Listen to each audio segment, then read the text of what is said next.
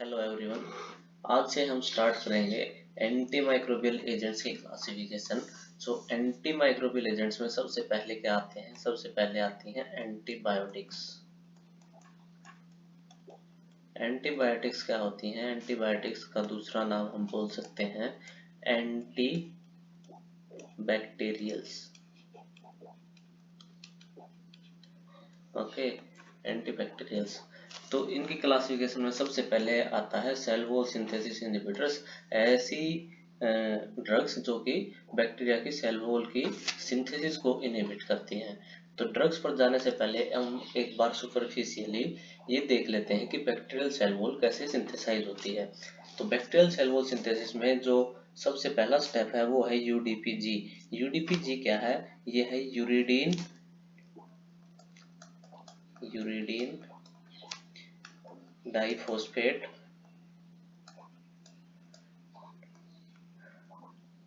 N acetyl glucosamine.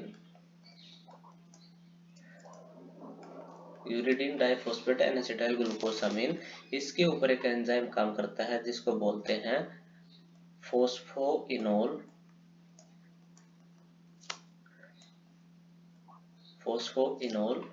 Pyruvate transferase. तो यूडीपीजी के ऊपर फोस्फोइनोल पायरुवेट ट्रांसफरेज एंजाइम काम करके क्या करता है? यूडीपीएम बनाता है। तो एम क्या है? N acetyl muramic acid.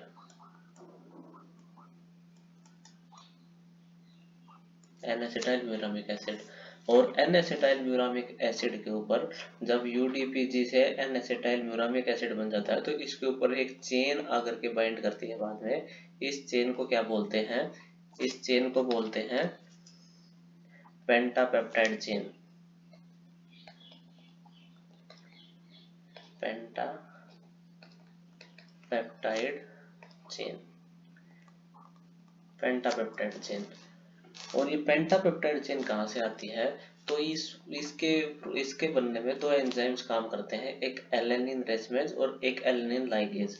ये दोनों एंजाइम एल एलेनिन से पेंटापेप्टाइड चेन बनाते हैं। तो ये पेंटापेप्टाइड चेन बनने के बाद कहाँ करके बाइंड करती है? ये बाइंड करती है UDP N acetyl muramic acid के ऊपर। अब ये UDP N acetyl muramic acid है ये, और ये यूडीपी एन एसिटाइल ग्लूकोसामीन ये दोनों आकर के कंबाइन हो जाते हैं। और कंबाइन होने के बाद क्या होता है? इनका यूडीपी वो है अलग हो जाएगा, यूडीपी इनसे अलग हो जाएगा और ये एक यूनिट बनती है। इस यूनिट में क्या क्या है? एन एसिटाइल ग्लूकोसामीन और एन एसिटाइल म्यूरामिक एसिड, जिसको NAG और NAM बोलते हैं। और इसके साथ में एक क्या है? पेंटापेप्टाइड चेन। ठीक है, ये हमने यहाँ भी लिखा था पेंटापेप्टाइड चेन। अब ये कॉम्बिनेशन जो बन गया है इसको अब सेल से बाहर लेके जाना है। इसको सेल से बाहर ले जाने का काम कौन करेगा? इसको सेल से बाहर ले जाने का काम करेगा बैक्टोप्रेनोल। ये क्या है? एक ट्रांसपोर्टर है। ये ट्रांसपोर्टर क्या करेगा? इस तीनों कंपोनेंट्स को सेल से बाहर लेके जाएगा और इन सेल्स इस कंपोनेंट के ऊपर बाहर आने के बाद में एन एसिटाइल ग्लूको NAG और NAM दोनों के ऊपर, इनके ऊपर और ये पेंटापेप्टाइड चेन है, इस कॉम्बिनेशन के ऊपर एक एंजाइम काम करता है जिसको बोलते हैं ट्रांसग्लाइकोसाइलेज। ट्रांसग्लाइकोसाइलेज क्या करता है? ट्रांसग्लाइकोसाइलेज करवाता है चेन इलोंगेशन। चेन इलोंगेशन कैसे होगी? चेन इलोंगेशन में ये यूनिट्स जो है ये मल्टीप्लाई होती जाएंगे और एक सीरीज में लगती जाएंगी। अब जब ये चेन इलोंगेशन हो जाएगी, चेन इलोंगेशन के बाद में एक स्टेप आता है जिसमें एक एंजाइम दूसरा एंजाइम काम करता है जिसको बोलते हैं ट्रांसपेप्टिडेज। ट्रांसपेप्टिडेज एंजाइम क्या करवाता है? ये करवाता है क्रॉस लिंकिंग। क्रॉस लिंकिंग होकर के ये सेल कुछ इस तरीके से दिखेगी और ये मल्टी लेयर्ड हो जाएगी। ठीक है, ये एक प्रोसेस है किसकी? सेल वॉल सिंथेसिस की। तो हमने सेल वॉल सिंथेसिस एक ब्रीफ में हमने देख लिया है। अब हम देखेंगे कि कौन कौन सी ड्रग्स यहाँ पर हमारे काम करती हैं और कहाँ कहाँ काम करती हैं।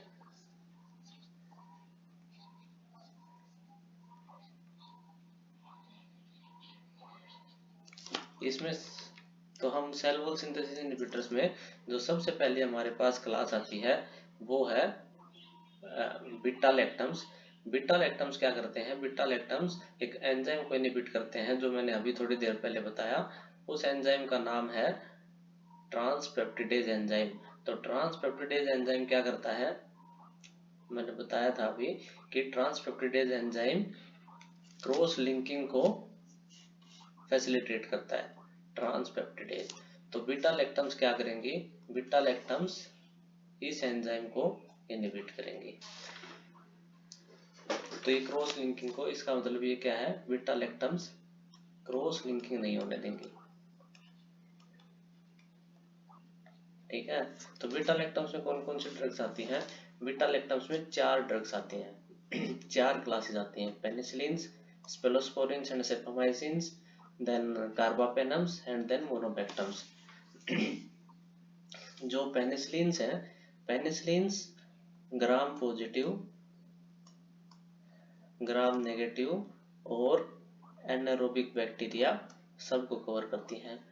और सिमिलरली सेफेलोस्पोरिन्स भी ग्राम पॉजिटिव, नेगेटिव और एनारोब्स को कवर करती हैं।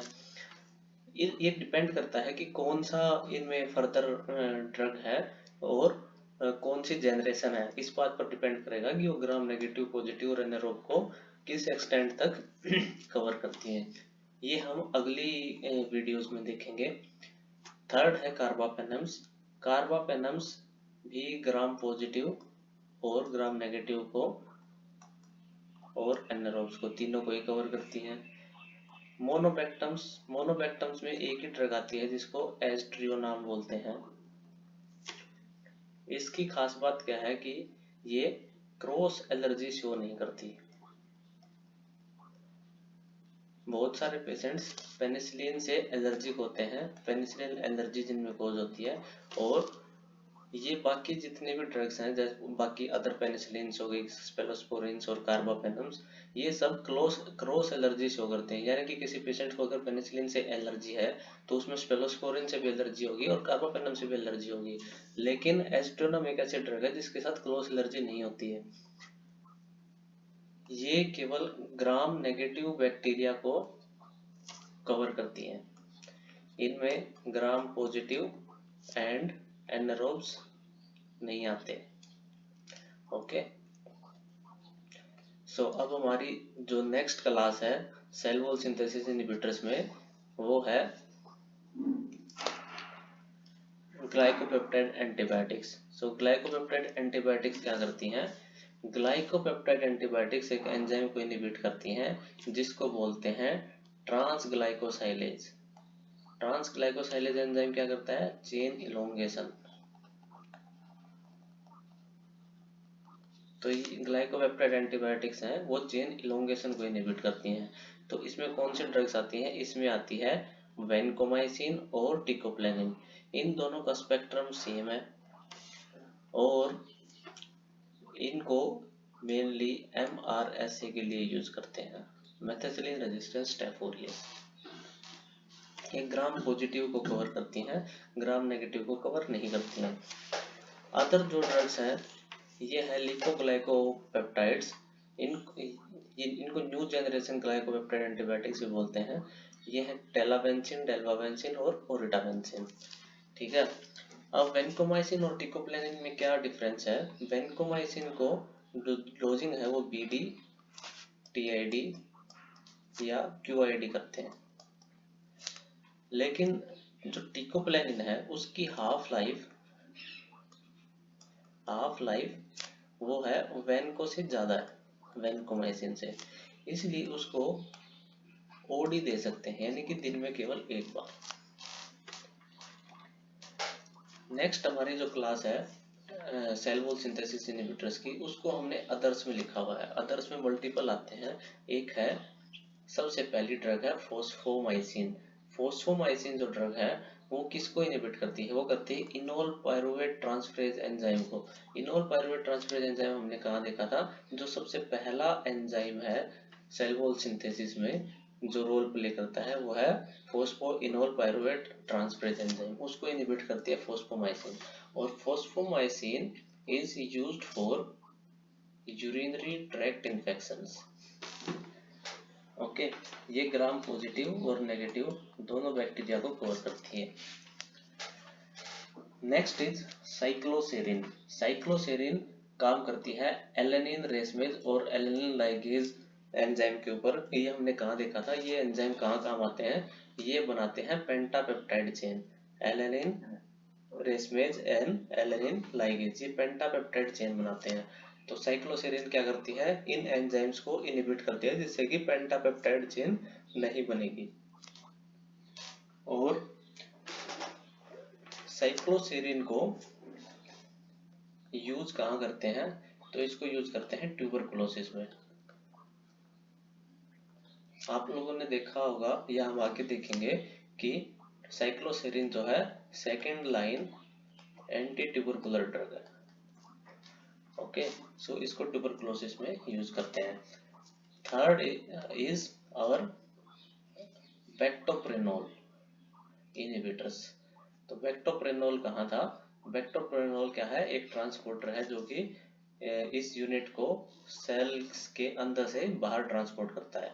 तो बेक्टोप्रेनोल को इनहिबिट करने वाली एक ड्रग है जिसको बोलते हैं बेसिट्रासिन। तो बेसिट्रासिन क्या करती है, बेसिट्रासिन इनहिबिट करती है इस ट्रांसपोर्टर को। बेसिट्रासिन ग्राम पॉजिटिव को कवर करती है और ये बहुत ज़्यादा नेफ्रोटॉक्सिक है, इसलिए इसको केवल टॉपिकली यूज करते हैं। ओके, तो हमने आज सुपरफिशियली देखा कि सेल वॉल सिंथेसिस इनहिबिटर्स जो हैं उनको हम किस तरीके से क्लासिफाई कर सकते हैं। तो सेल वॉल सिंथेसिस इनहिबिटर्स में सबसे पहले क्या आता है, बीटा लैक्टम्स आते हैं जो कि ट्रांसपेप्टिडेज एंजाइम को इनहिबिट करते हैं। और इसमें कौन कौन सी ड्रग्स आती हैं, पेनिसिलिन आते हैं, स्पेलोस्पोरिन, सेफामाइसिन आती हैं, कार्बापेनम एंड मोनोबैक्टम्स आते हैं। दूसरी कैटेगरी है ग्लाइकोपेप्टाइड एंटीबायोटिक्स, उसमें आते हैं वेंकोमाइसिन, टिकोप्लानिन, टेलावेंसिन, डेल्बावेंसिन और इटावेंसिन। थर्ड कैटेगरी है अदर्स की, उसमें हमने 3 एंजाइम्स और देखे जो कि सेल वॉल सिंथेसिस में इंपॉर्टेंट रोल प्ले करते हैं। वो है इनोल पायरुवेट ट्रांसफरेज, उसको इनहिबिट करता है फोस्फोमाइसिन। फिर आता है एक एलेनिन रेसमेज एलेनिन लाइगेज, उसको इनहिबिट करता है साइक्लोसेरिन। और एक है बेक्टोप्रेनोल ट्रांसपोर्टर, उसको इनहिबिट करता है बेसिट्रासिन। इस वीडियो में इतना ही, अगली वीडियो में हम देखेंगे पेनिसिलिन की फर्दर क्लासिफिकेशन। Thank you.